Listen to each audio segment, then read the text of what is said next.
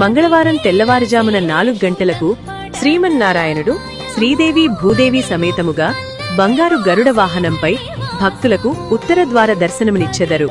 18వ శతాబ్దంలో తంజావూరు మహారాజుచే శ్రీ స్వామివారికి సమర్పించబడిన బంగారం నవరత్నాలతో పొదిగిన ఓంకార నాదం వినిపించే దక్షిణావృత పాంచజన్య శంఖముచే శంఖుతీర్థము ప్రసాదించబడును. ఈ పవిత్ర శంఖుతీర్థాన్ని స్వీకరించిన భక్తులకు గృహబాధలు గ్రహబాధలు తొలగి సర్వపాపముల నుండి విముక్తి లభించును.